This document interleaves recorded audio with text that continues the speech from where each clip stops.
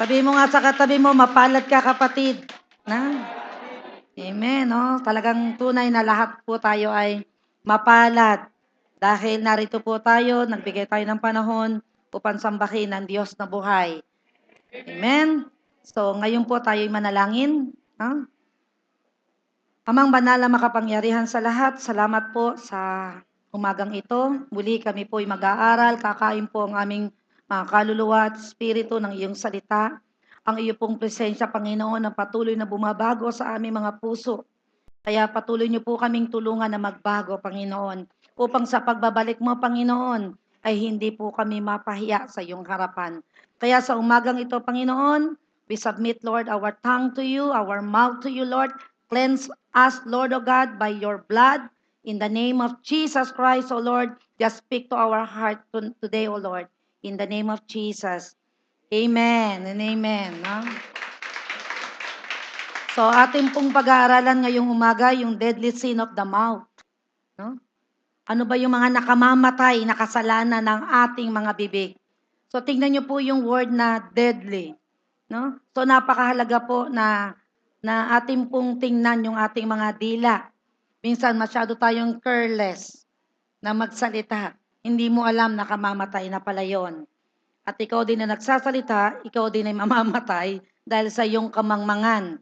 Kaya sabi ng Panginoon, my people are destroyed for lack of knowledge. No? Ang aking bayan, ang aking mga anak ay nawawasak, nagkakasakit dahil kulang sila sa karunungan ng batas ng Diyos. Amen. So, ba'y handa ng matuto ngayon? Amen. So, sabi sa Matthew 12:36 to 37, ang sabi mismo ng Panginoong Hesus, tandaan daw natin, sa araw daw ng paghukom, pananagutan daw ng tao, ang bawat walang kabuluhang salita na sinabi niya. 37, pawawalang sala ka o paparusahan, batay sa iyong mga salita. So napakahalaga po ng ating mga salita, no? Kaya kailangan yung pong ating mga salita ay maging kapakipakinabang po sa mga nakikinig at sa ating pong mga sinasabihan. Minsan sa totoo lang, pag hindi ka makasuntok, talagang halos papatayin mo siya sa salita. Na hindi po dapat. Dahil dito po, gusto kong makita po ninyo ito, Limbawa, ito yung salita na sinabi mo, iyan po ay dala-dala mo yan. Ikaw na nagsalita, ikaw ang parurusahan. Sabihin nga natin kung sino nagsalita ng masama, siya ang parurusahan. Kaya ang sabi ng 37, pawawalang sala ka o paparusahan batay sa iyong mga salita. So, ito pong salita na hindi tayo minsan nag-iisip sa ating mga sinasabi. Kaya minsan hindi mo alam bakit ganito nangyayari sa buhay ko. No? Bakit ako naghihirap? Ay baka meron kang sinabihan ng sumpa. Meron kang sinabi sa ibang tao, na maghirap ka.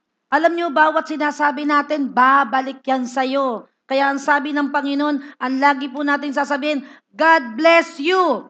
Na yung mga kaaway natin, sabi ng Panginoon, huwag niyo silang i-persecute. Huwag niyo silang sumpain. Kundi ang sabi, pagpalain niyo sila at ipanalangin. Dahil lahat ng sasabihin mo para sa iyong kaaway, yan ay babalik sa iyo. Amen. Kaya dapat may kaaway tayo, God bless you. Magsanay nga po tayo, God bless you. Yan ang ating mga salita na ibabalik dun sa mga salitang natatanggap natin na masasakit. Kapag ikaw minura, God bless you. Alam niyo, mapapahiya yung nagmura sa atin. Kasi hindi natin ginantihan ng masama yung kanyang salita. Diba? Kaya sabi, pawawalang sala ka. Dahil pag ikaw nagmura, doon sa mura na tinanggap mo, ay nagkasala ka. Kaya sabi, di ba, parurusahan ka batay sa iyong mga salita. So, kailangan nating maging maingat. Amen? So, kalbitin mo yung katabi mo, maging maingat kang magsalita. Ha? Medyo papaalalahanan nyo, no? Hindi kasi tayo aware dito, di ba? Minsan sa galit natin, nakakapagmura tayo. nakakapagsumpa tayo ng tao. No, madapa ka sana, masagasaan ka sana, maghirap ka sana, lahat puro mga cursing words. No? Alam niyo ba na nilikha tayo ng Diyos ayon sa kanyang wangis at tayo lang po sa lahat na nilikha. No? Tayo lang yung hiningahan sa ilong. Ibig sabihin nasa atin yung espiritu ng Diyos. Na alam niyo ba sabi sa Genesis 1 and 2 na ang mundo daw noon ay walang hugis, madilim, walang korte, pero nung nagsalita ang Diyos, yung Espiritu ng Diyos kumilos, nagkaroon ng form kung ano yung sinabi. At tayo po'y ginawa ng Diyos na katulad niya. Nasa atin ang Espiritu ng Diyos, kaya lahat ng sasabihin natin, nangyayari. Amen! Kaya be careful.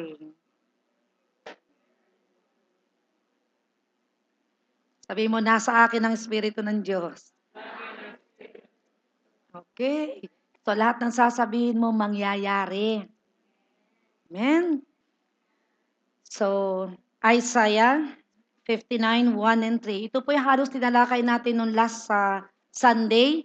No? Pero ito po yung may kaduktong. Dati, 1 and 2 lang. Ngayon, meron ng 3.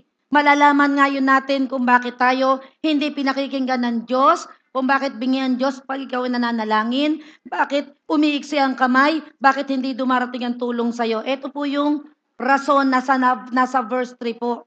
Kaya pala hindi tayo pinakikinggan ng Diyos sa ating mga dalangin. Ang sabi rito, tingnan ninyo, si Yahweh ay may kakayahan upang iligtas ka. So, siya po ay very powerful, no? Na tayo iligtas sa lahat ng bagay. Siya ay hindi bingi upang hindi marinig ang iyong hinaing, ang iyong panalangin. Verse 2. Ang masasama ninyong gawa ang dahilan ng pagkawalay ninyo sa Diyos. Masasamang salita. Nagkasala kayo kaya hindi ninyo siya makita at hindi kayo marinig. Verse 3. Natigmak sa dugo ang inyong mga kamay, ang inyong mga daliri ay sanhi ng katiwalian. So maraming ngongotong, nanghihingi ng suhol. Di ba? Pumapatay ng tao, makuha lang yung posisyon. Meron pang kaduktong ito? Meron pa, yan. Ang inyong mga labi ay puno ng kasinungalingan. Ang sinasabi ng inyong mga dila ay pawang kasamaan. Wala na? Okay? So, dito, no, marami sa atin, no, maraming Kristiyano sa totoo lang sinungaling pa rin hanggang ngayon. Sino rito ang aamin? Lalo na pag may dumarating na maniningil, sabi mo, wala ako. Sabi mo, natutulog ako. Kahit hindi natutulog. No? So sa maliit na bagay na yan, hindi mo alam ikaw ay nagsisinungaling. At minsan akala nyo, okay lang yun sa Diyos. White lies naman yun eh. Kaya nga sabi ko sa inyo, ang kasalanan ay walang kulay. Kaya minsan sabi nyo, bakit ganun ang prayer ko hindi pinakikinggan? Ngayon ipinakikita na sa atin ng Diyos. Pawang kasamaan, no, kasinungalingan ang lumalabas sa ating bibig. Ano ba ang nangyayari kapag ikaw ay nagsisinungaling? No?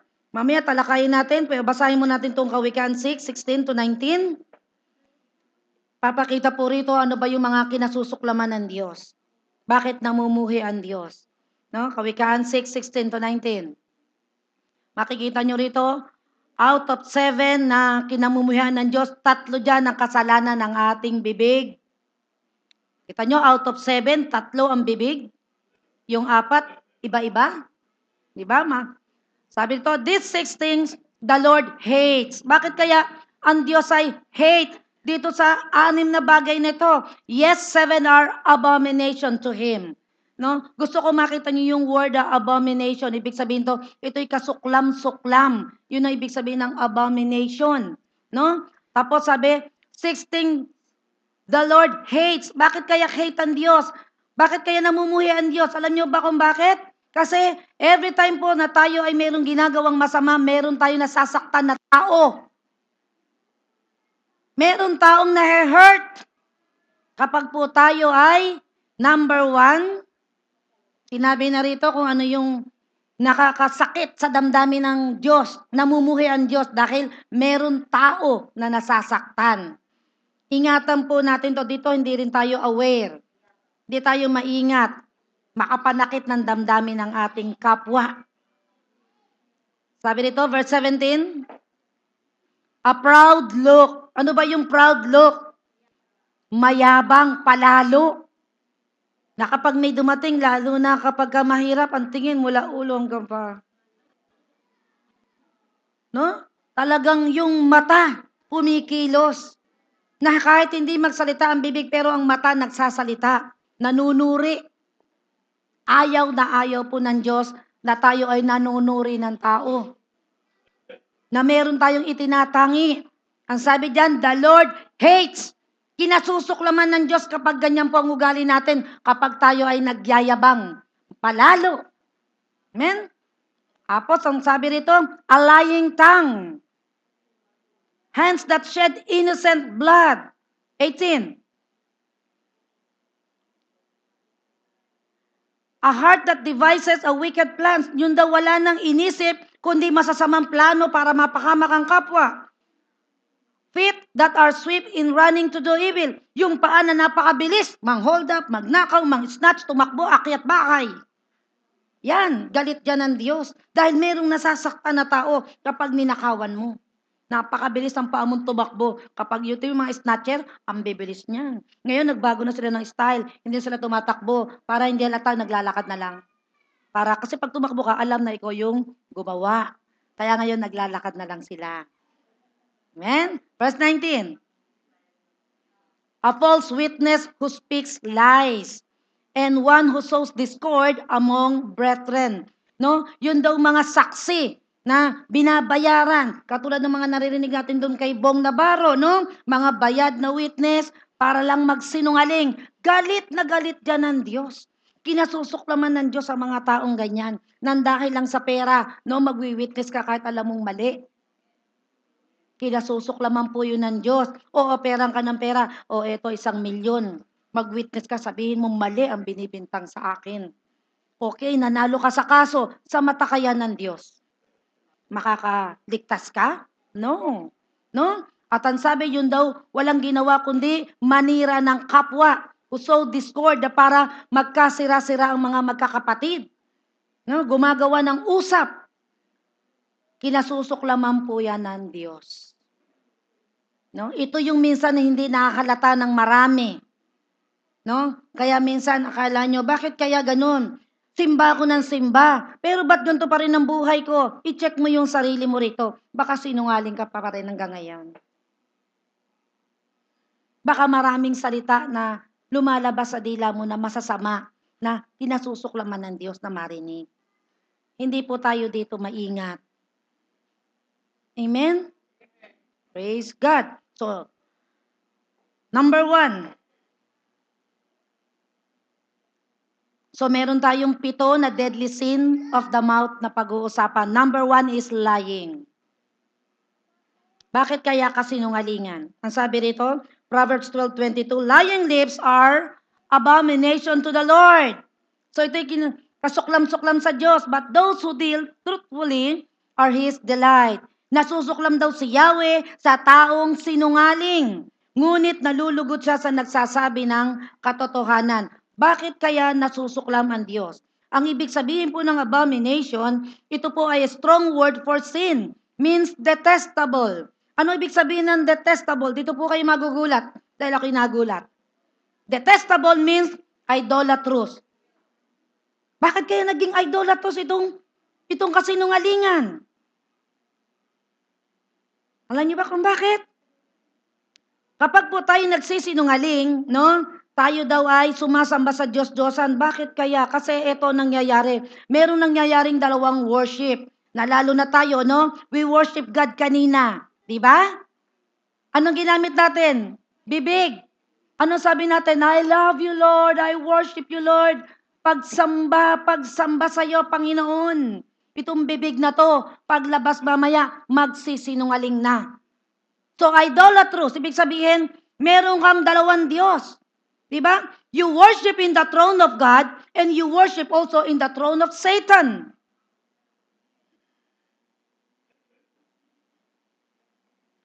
tahimik. No? Lying kasi is against the nature of God. Hindi kasi iyang katangian ng Diyos ang pagsisinungaling. At ang sabi ng John 8:44, si Satanas ay ama ng mga sinungaling. Kaya hindi pwede na kaya minsan maraming Kristiyano.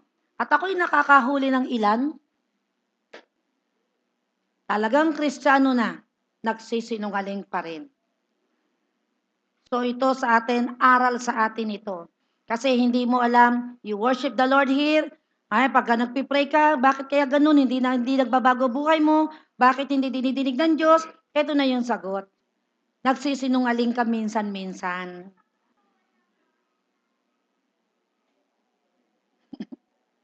Kaya nasusuklam pa rin ng Diyos sa iyo. Hindi mo alam sa pagsisinungaling mo, no, sumasamba ka pala kay Satanas, kaya nagiging idolatrous.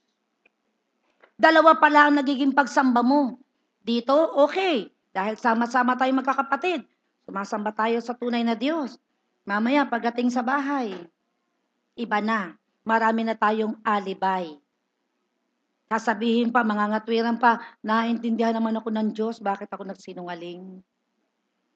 Hindi po yun naintindihan ng Diyos. Ang sabi, napakalinaw, nasusuklam ang Diyos. Hindi sinabing naiintindihan ka.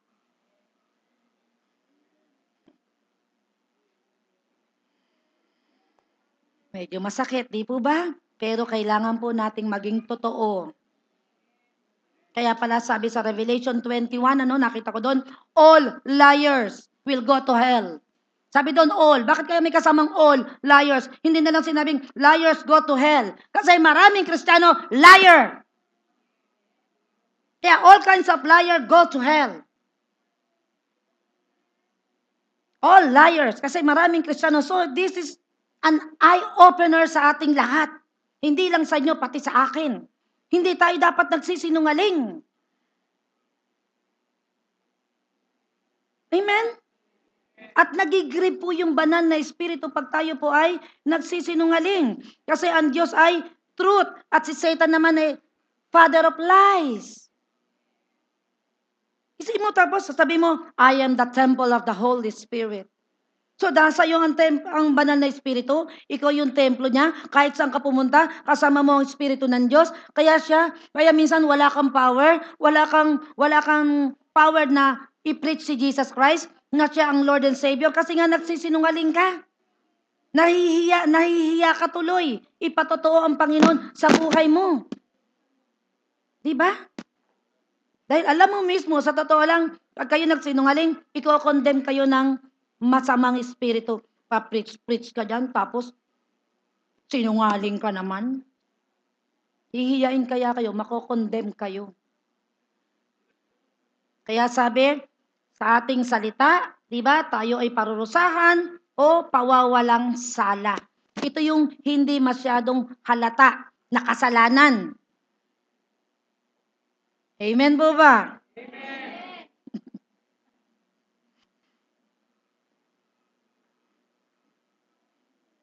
Sa totoo lang, wala namang problema rito eh. Hanggat buhay tayo, umamin lang tayo sa Panginoon. Tapos humingi tayo ng tawad. Panginoon, tulungan mo ako, hindi na po ito maulit. Ayoko na pong magsinungaling. No? Kaya iwasan po nating magsinungaling. Ngayon, alam na natin na ang lying pala ay idolatrous. Katulad yan ng pagsamba sa Diyos-Diyosan. Dalawa ang iyong Diyos. Isa lang po ang ating Diyos. Amen? The true God. And He is the truth. Sabi ni Jesus, I am the way and I am the truth.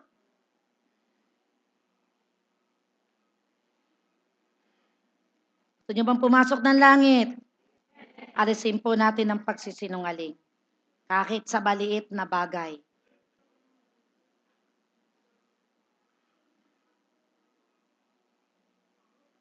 Medyo masakit, pero kailangan po nating matuto. Amen? Saan ka pupunta? Diyan lang. Hindi pala diyan lang. Meron palang masamang pinuntahan. Merong mga dahilan, lalo na mga kabataan. Nasaan si Yenyen? Lumabas lahat yung nasa loob.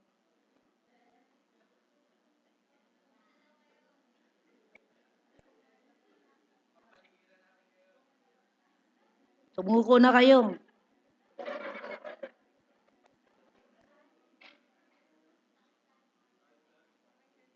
Si Ervin, si Janice, nasaan? Lumabas kayo dyan.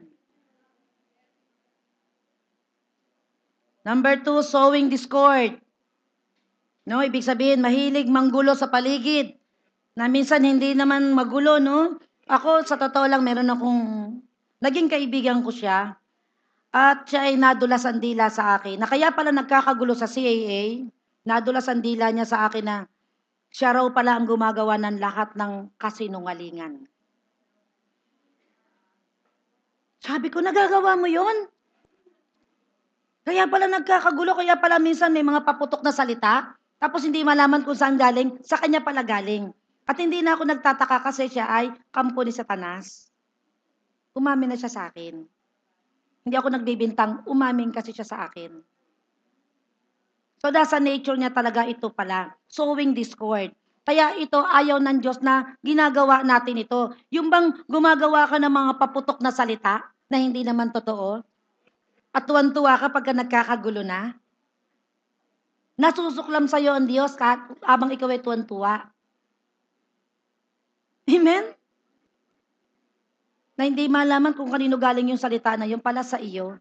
May paputok lang pala. So, sowing discord, Proverbs 6:12, a worthless person, a wicked man, walks with a perverse mouth. No? At ano ang mangyayari dito sa tao na mahilig magpaputok ng salita na hindi naman totoo? No? Warning, ito po nakalagay. 6:14-15, ito po yung resulta sa mga taong gagawa nito. Perversity is in his heart. He devises evil continually. He sows discord.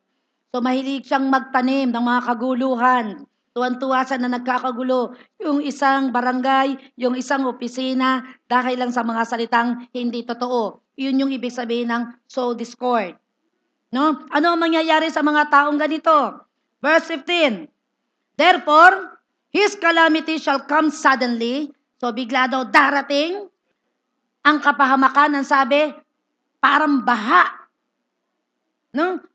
Suddenly, he shall be broken without remedy. So, wala daw magiging remedyo kapag ikaw ay nawasak o nagkasakit. Hindi ka na makakabangon. Sabi rito, without remedy. Ito ay calamity shall come suddenly. Darating daw to na parang baha, kalamidad, bigla. Ito yung magiging reward ng taong mahilig magpaputok ng mga salitang hindi totoo. At huwag nawang masumpungan ito sa mga Kristiyano. Amen? So nakikita nyo, sinabi na ng Diyos ang reward ng taong mahilig gumawa ng kaguluhan. May darating na kalamidad sa'yo, bigla. Kaya pag sinabing bigla, hindi ka makakaalis dito. Kasi inabot ka. So walang magandang patutunguhan. Dahil lang to sa makating bibig. Wala nang maikwento, kaya nagkukwento na ng hindi totoo. Diba? Ang sabi sa Tagalog, gumagala ang taong walang kwenta. So mga gala pala ng gala, walang kwenta.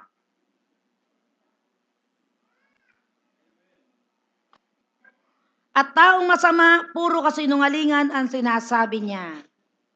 So ito yung sowing discord. No? Number 3, ano pa yung pangatlo? Na deadly sin ng ating bibig. Sipin nyo, nakamamatay ito. So gossip, ito ay chismis. At ito, alam nyo ba, sabi sa Proverbs, ang chismis daw ay parang napakasarap na tinapay na masarap kainin.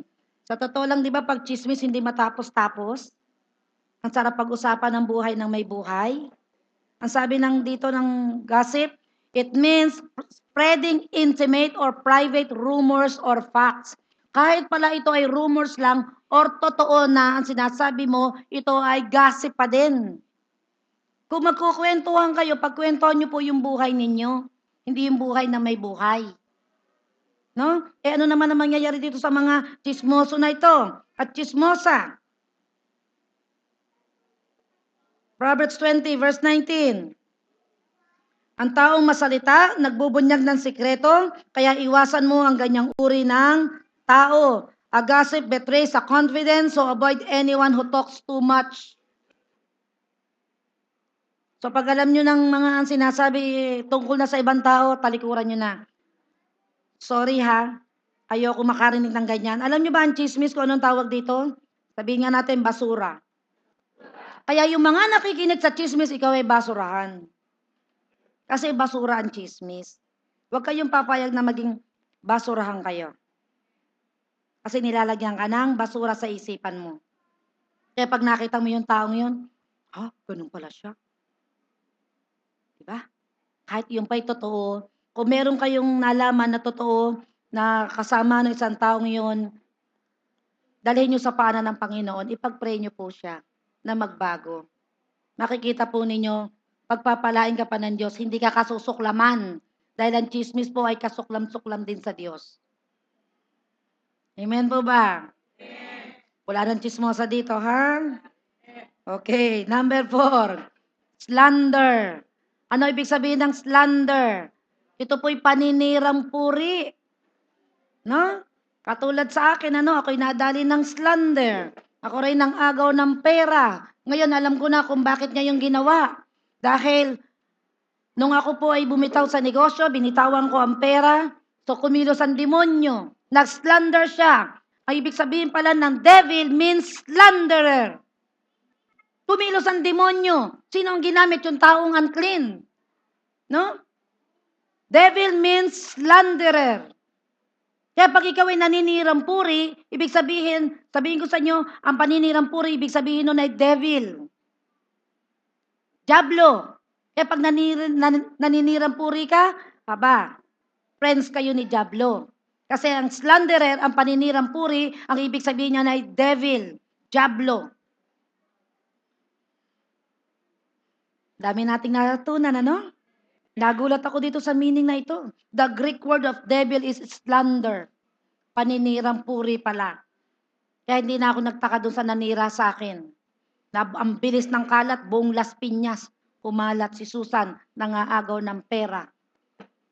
Taliwas doon sa aking binitawan. Binitawan ko ang negosyo, binitawan ko ang pera, nung biglang pumutok ng agaw ng pera. Taliwas doon sa ginawa kong desisyon. So that's slanderous. No? Kaya ako'y gulat na gulat. Sino daw ang aking inagawan? Gulat na gulat ako. Ngayon, alam ko na kung bakit niya yung ginawa.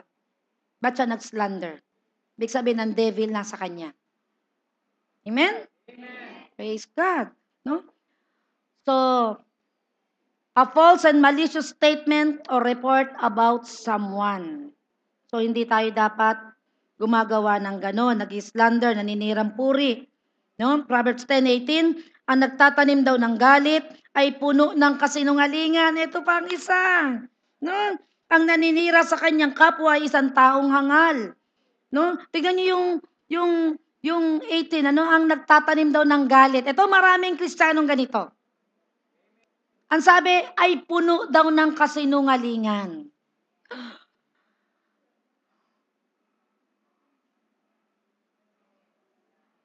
So hindi pala tayo tamang nagtatanim ng galit sa ating kapwa. At yung nagtatanim ng galit, ang sabi, puno ka ng kasinungalingan. Hindi ako may sabi niyan, Bible. Ay magagalit sa akin. Nagtuturo lang ako.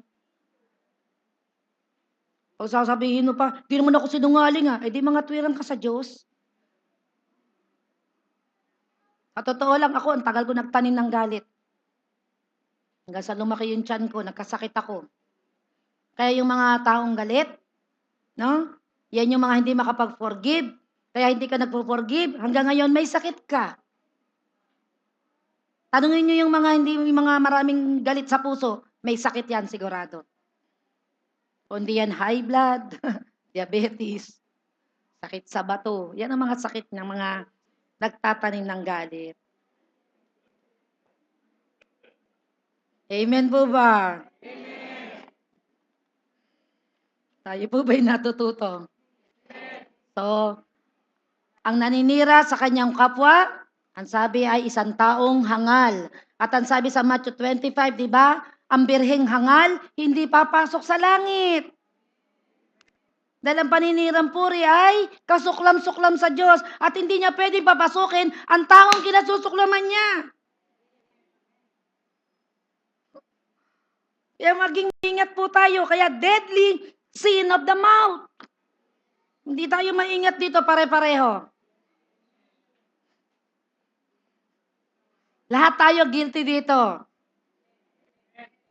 Umamin kayo kay sinungaling dahil sabi, sinungaling. Lahat tayo guilty. Salamat sa grasya ng Panginoon dahil tayo ay mayroon Diyos na mapagpatawad. Praise the Lord.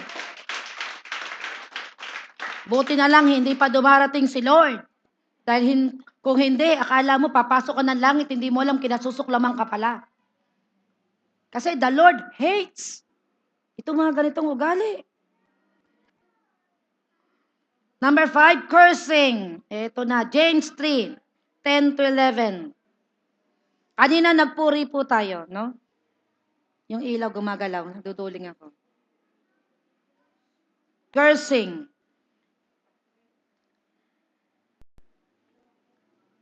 James 3, 10 to 11. Sa isang bibig nang gagaling ang pagpupuri. Di ba nagpuri tayo kanina? Mamaya, kapag nasa labas na, nasa bahay na, ano nang ginagawa? Nanlalait na. Lalo na pag naniningil at hindi nagbayad. Patay ka. Hindi daw ito dapat mangyari. May kaduktong, sabi nito, mga kapatid. Ibig sabihin, ang kausap dito ay mga Kristiyano, mga kapatid ni Santiago. Mga kapatid, ang sabi, hindi daw dapat mangyari sa atin na tayo nagpe-praise the Lord at pagkatapos mamaya ay manlalait na ng kapwa. I'm sorry. Forgiven. Yun na. Verse 11. Hindi lumalabas daw sa iisang bukal, isang bibig, ang tubig tabang at tubig alat. Magkaiba yan. Ibig sabihin, isa lang ang bibig natin, dapat isa lang ang lumalabas dito. Thank you, Lord. I praise Lord. Ayaw ng Diyos nang nagre-reklamo tayo. Diba? At nanlalait, nagmumura, susumpa. Hindi daw pwede mangyari sa isang bukal, sa isang balon na magkasama ang tubig alat at tubig tabang. Hindi pwede ang dalawang katauhan dito. Kaya nauso yun, di ba? May mga kumakanta, kalahati lalaki, pag ganon, mamaya babae na. No? Hindi dapat sa Kristiyano ang dalawang katauhan. Kristiyano rito sa loob, paglabas, hindi na Kristiyano. Tagamundo na. Romans 3:14. Their mouths are full of cursing and bitterness. Usually, yung mga sumusumpa, punong-puno yan ng kapaitan sa kanilang puso. Marami yung mga hinanakit, maraming bitterness, kaya nakakapagsumpa. Mga Kristiyano, ang kausap dito, hindi po tagalabas. Tahimik, walang natutulog.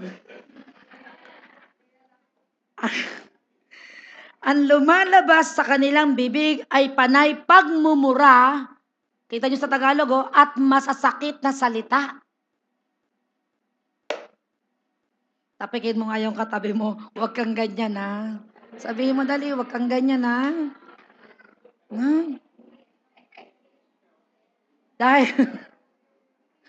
Dahil pala sa maraming, di ba? Sa maraming kapaitan sa kanilang puso, kaya nakakapagsumpa. No? Ang lumalabas daw sa kanilang bibig ay puro pagmumura at masasakit na salita. Yan yung maraming tinatago na hinanakit dito sa puso. Kaya bitterness. No? Bitter. Ano ba yung bitter? Di ba? Ampalaya, yung mapait. Kaya ang mukha niya, mukha na rin ampalaya. No? Dahil sa puro kapaitan.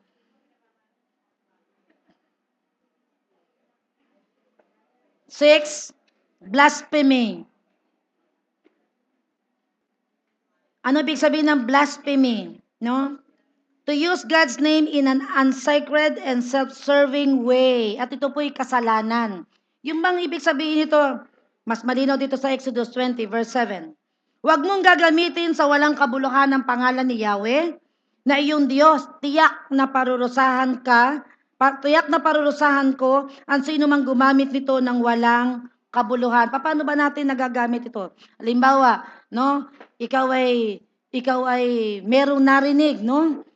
Tapos may pinagagawa sa'yo. Sabi ni Lord, ganito daw ang gawin ko. Sabi ni Lord, pautangin mo raw ako. Sabi ni Lord, tulungan mo daw ako. Ginagamit ang pangalan ng Diyos sa walang kabuluhan. Hindi naman nagsasabi ang ganun ng Lord. Minsan may lumapit sa akin.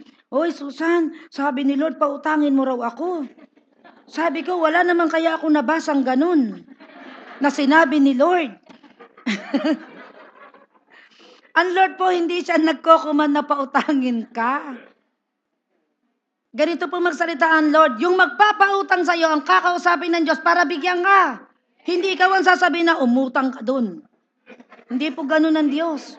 Ang Diyos po, ang kakausapin niya ay yung taong gagamitin niya para ikaw ay paluwagan. Wag na wag po kayong gagamit na, sabi ni Lord, di ba, mahirap tulungan. Mahirap ako, kapatid. Mingi ka na lang ng tulong, wag mo nang gagamitin ang pangalan ng Diyos. No? Kasi tiyak parurusahan daw kapag ginamit natin ang pangalan ng Diyos nang walang kabuluhan. Dahil ang pangalan ng Diyos po ay banal. Hindi natin yan ginagamit dapat, no? Kaya, pag meron kayong, halimbawa, may pinagagawa ang Diyos na isang imbensyon, no? Tapos sasabihin mo, galing kay Lord. Nakakatakot po yun. That is blasphemy. Kasi nakita ko po ang Diyos pag nagbigay ng vision, hindi po siya nag-uutos na gumawa ka ng telepono, gumawa ka ng ilaw, gumawa ka ng washing machine. Hindi po ganun magsalita ang Diyos. Kung magsalita po ang Diyos, puro po tungkol sa puntahan mo yun. No, mangaral ka doon.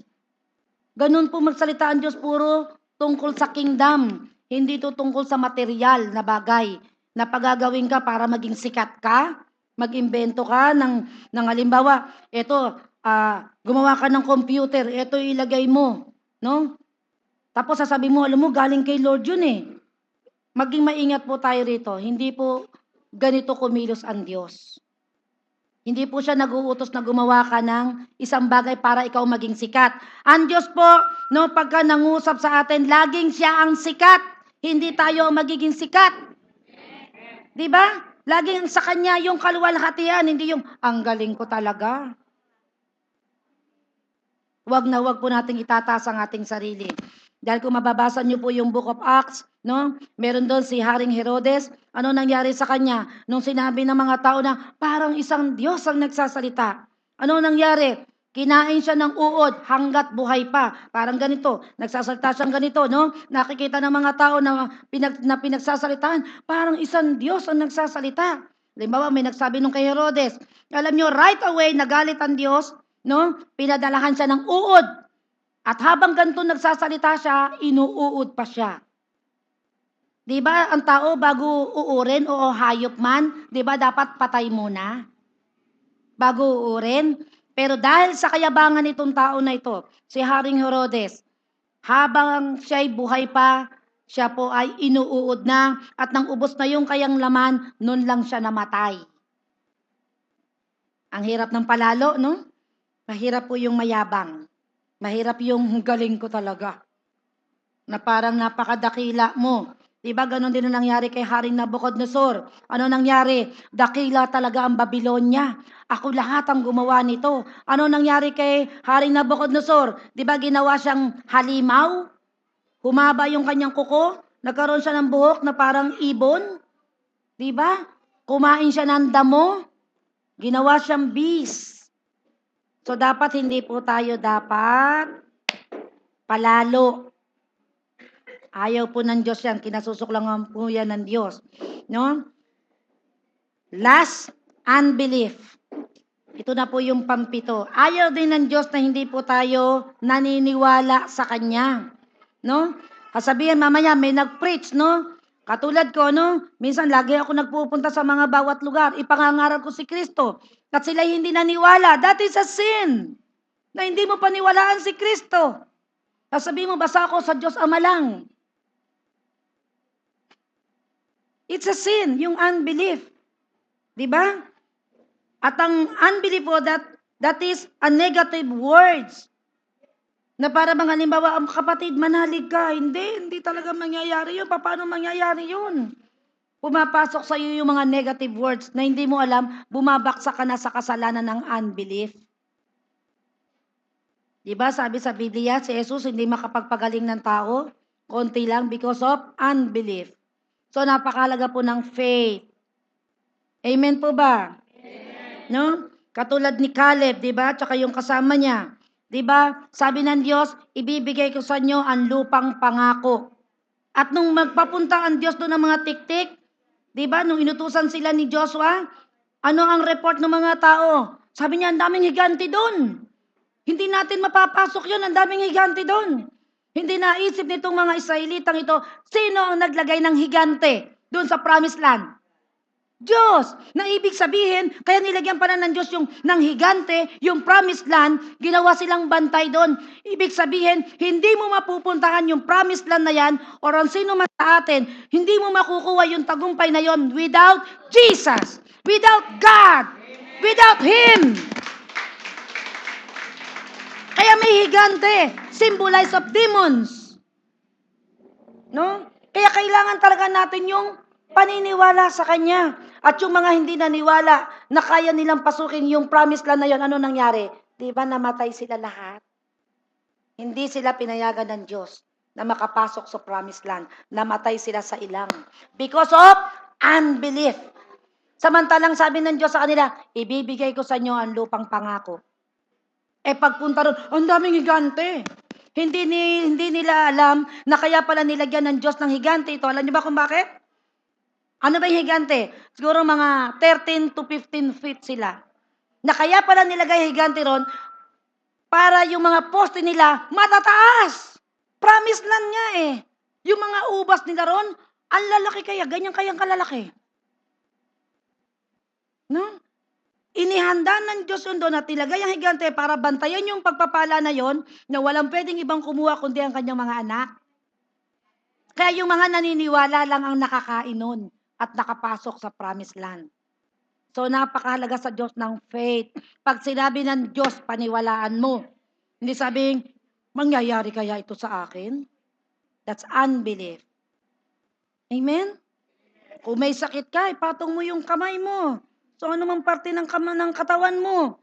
Sabi ng Diyos, pag pinatong ko to, no? Ako'y gagaling. Ngayon, di ka gumagaling, mag-search ka sa heart mo. Lord, ano po yung aking kasalanan? Dahil ang sabi ng Isaiah 59, kanina, hindi ko marinig ang panalangin nyo dahil puro kasinungalingan ang lumalabas sa bibig nyo. Baka may nasabi kang hindi tama. Amen po ba? Amen. Tayo po ba'y natuto? Amen. Palakpakan natin ang Diyos. So, wala nang magsisinungaling, ha? Idolatrous pala yon. Katulad ng pagsamba sa Diyos-Diyosan.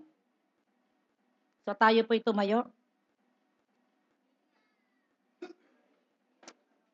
Lagi natin tatandaan that God is bigger than giants, no?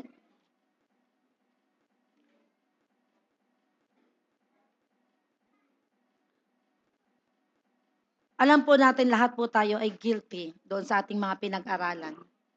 No? Hindi ito aksidente na yung mga naririto ay nakarinig ng mensaheng ito. Alisin na po natin ang pagsisinungaling. Number 1 po, no? Lahat po yan ay kinasusuklaman ng Diyos. Hindi yung kasalanan na yun ang kinasusuklaman, kundi pati yung taong gumagawa noon. So tayo po ngayon, no? Andito po ang Panginoon.